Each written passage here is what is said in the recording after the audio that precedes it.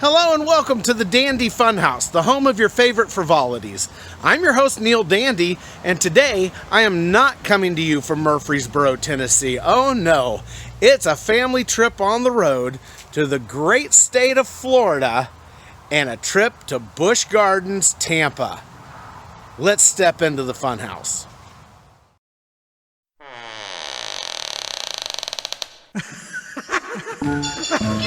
Where am I?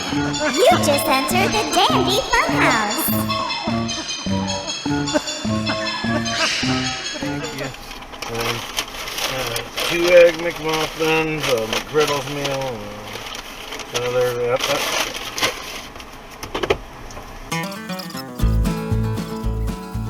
After an hour's drive from our plush accommodations at a Motel 6 a bit north of Tampa, once we were within a few minutes of the park, we made a breakfast stop for some McMuffins and McGriddles, and boy, we're glad we did, and you'll find out why a little later. Right, we just drove through the gates of Busch Gardens. Myself, we've got Evan back there, and Michelle's over here, and we have Emmalou. Emmalou, that's right. We're bringing our doggy. They do have a kennel on site. Right now it's like $25 per day, which is a pretty good deal. It's an indoor kennel. And we are just waiting to get in and pay for our parking and get settled. And I don't know if we're going to have to walk over to the park or take a tram over to the park or if they'll let the dog on the tram. So we're going to find out together. All right, we got parked. Standard parking, $30. I was reading online a lot of places that it was $25. We got here, it was $30. Not from their website, just reviews. So apparently that's gone up in the past year or two. But we're going up to the tram. I'm not sure if you can walk over a bridge to get there. We're going to find out if they let us on the tram with the dog or what. Okay, the answer to whether or not you can bring a non-service animal onto the trams is no. But there's a good reason that it's no. And it's not because it's a safety hazard or anything like that.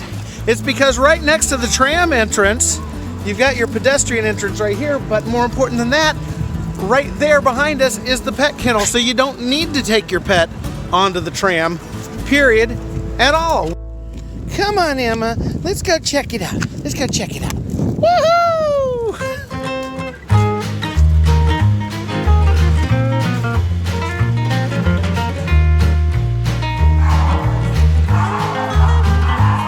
Okay, well, check-in wasn't half bad. Nice, clean place. The people were super, super nice, and the staff members all wanted to come up and meet Emmalou. And the good thing is it's right next to where you get on the tram, so once you drop your pet off, you can then go and get on the trams, and you don't have to take the 7-minute walk over to the park.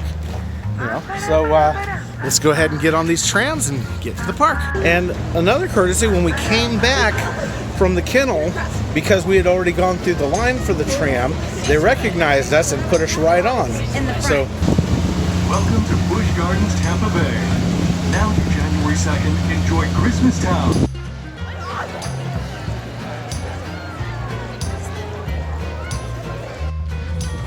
okay, so we just started walking up there, figuring we could bypass the ticket booth and all that stuff because we already have our tickets, e-tickets.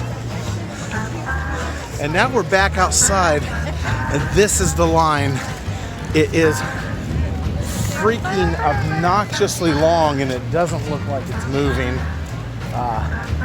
Maybe they haven't started letting people in yet. Is it 10 o'clock yet? The park opens at 10. What time you got? I don't know. All right. Maybe it just hasn't started open, but wow, I did not expect that. We're back out in the parking lot now. Oh, looks like people are starting to move. It's the tram stop technically, but yeah. All right, so I've got my first complaint. It's not the size of the line. The size of the line, you know, it is what it is. They hadn't really opened the gate yet, and it is starting to move. But I will say that my first complaint is that there's nobody out here saying, hey, if you've got your tickets, you need to be over here in this line. This is your line. Otherwise, you need to go here. There's nobody directing you or making this make sense to you at all. Okay, so it's just a couple minutes later now, and it's maybe 5 after 10, 10 after 10, something like that. And they did send somebody out to make sense of the line and get people corralled the right way. It was Eddie, the same guy who told us that we could get in the front of the tram. Yeah, real nice guy who we met over by the kennels came over here and started making sense of the line and letting people know where they gotta go. So I think they probably just had a little hiccup here at the start of their day, and but it looks like it's getting straightened out now. And well, it might take 15-20 minutes to get on in, but whatever, that's all right. Okay, so that's another confusing thing. It says ticket and pass sales entrance, but see, the big word is entrance, so a lot of people are just going to see entrance and they're going to go there thinking that's where they need to go to get in. But you know, we already have our tickets. I mean, we didn't make that mistake, but I'd say someone less observant probably happens all the time. People go right into the ticket line when they already have tickets because they see the big word entrance. So they probably be good if they got rid of the word entrance and just put ticket and pass sales here, something like that, and then ticket holders. They could use better directionals, better signage, better organization upon the entrance. But we've been in this line now for maybe 10, 15 minutes now, and as you can see, we're actually moving pretty good. So, you know, once it starts moving, it's moving. So we're about to be in the park, I'd say probably in the next 5 minutes. So all good. And we are in. All right, so here's the map of the park, and as you can see, it's laid out in a big loop, so that's really nice. And there's a couple QR codes for the Christmastown map and the Busch Gardens map, so we'll get that. So everything in this section right here, as soon as we came in and went to the left, is Gwazi this and Gwazi that, Gwazi climb, Gwazi gliders. So we must be in Gwazi land, I'm guessing. I didn't really look at it that closely. And oh, there's Christmastown Village. I don't know what time they let people into that, but apparently we can't get in there yet because those look like the gates and they do not look open. And we're coming up on the Kangaloom, an interactive kangaroo experience. And unlike our local Nashville Zoo, where there are no barriers between guests and the kangaroos, but you are still required to stay on the path, at Busch Gardens, they do put a wooden fence and separate the guests from the roos. And you know how different theme parks have different tie-ins, like Hanna-Barbera or Muppets or what have you? The tie-in for Busch Gardens is Sesame Street. So I got some thoughts about Sesame Street. It might irk some people, but you know, you can't tell me that Sesame Street is not a business. Sesame Street is big, big, big business. Merchandising, theme parks, movie characters galore. So why do they get our public tax money? Why do they get that for the public television? Why in the world do they get that? And on to Lorry Landing, where little parakeet-looking birds fly up and sit on you in hopes that you'll feed them. After that, it's time for a train ride safari excursion on the Serengeti Express, featuring zebra, giraffe, rhinos, and a whole lot more. Around the bend, it comes right there. But before the train departs, I have a few safety reminders for you. She's always laying down. Grant zebras are the smallest of the zebra species. Run up to 55 miles per hour. And did you know that zebras are brown and white and not black and white? And it does not matter where you go on the planet, there's always a very long line for God's chicken. That's right, they've got a Chick-fil-A, and just like at home, the line is long, but unlike at home, this line didn't seem to be moving.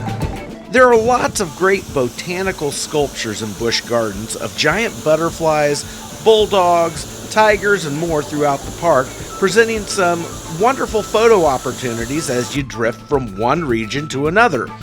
each region representing an exotic location, but mostly Africa. Well, what would any amusement park be without an old-timey carousel?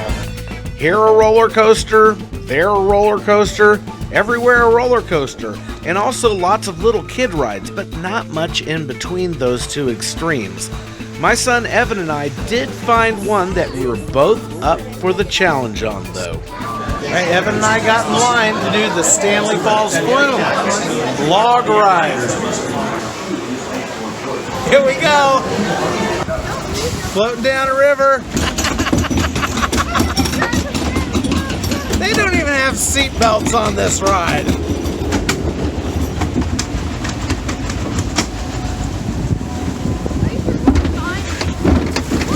It's a little late now. Are you gonna be fine? Probably not. Oh.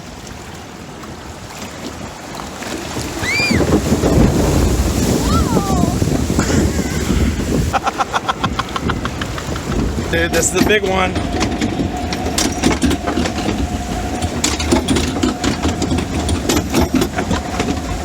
Please sit upright.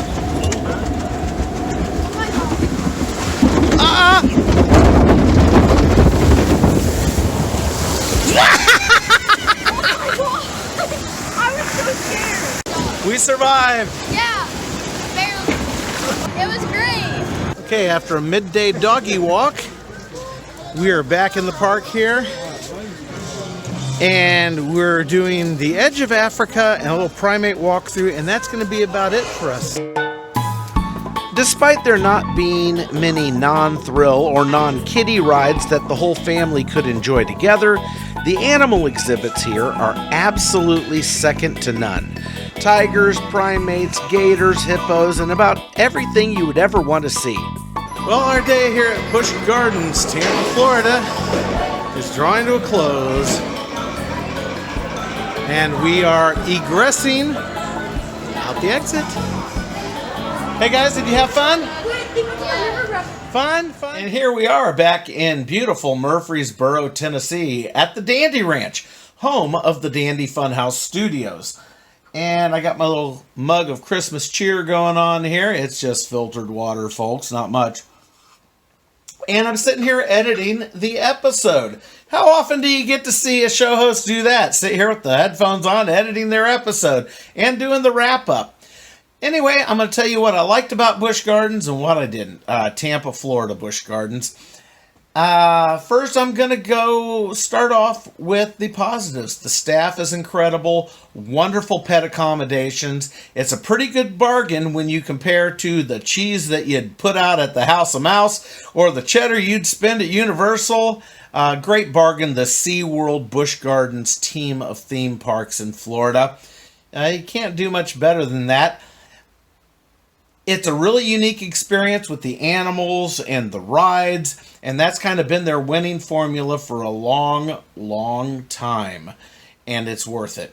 The cons now, they were very short-staffed, and I understand that's a problem a lot of people are dealing with right now, but when it takes you an hour just to get a sandwich, that's a big problem. And not just from Chick-fil-A. I'm talking about the various places that were open.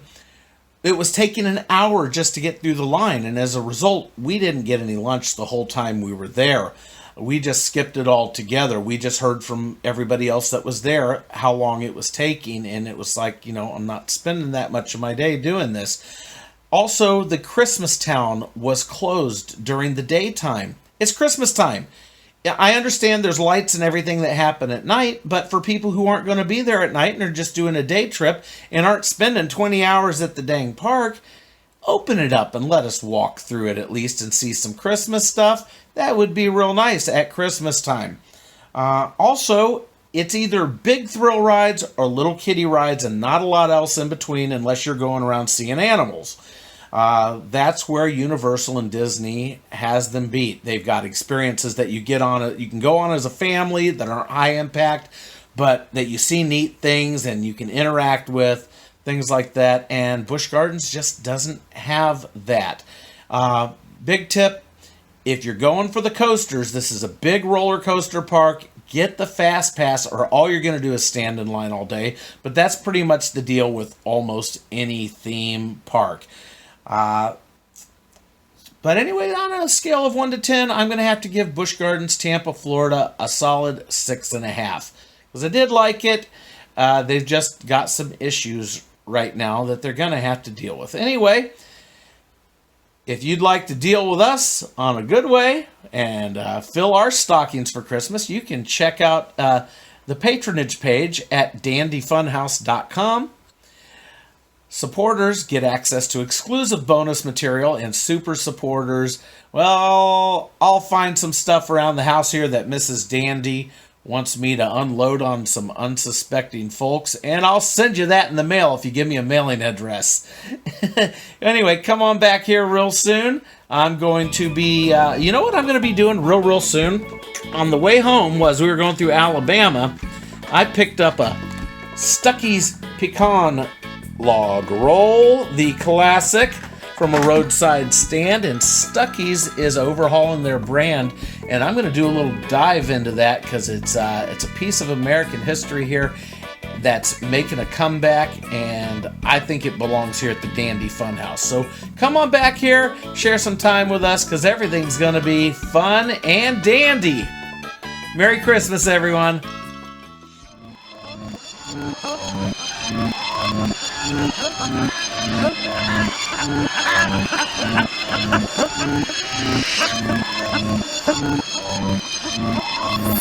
Happy Merry Christmas.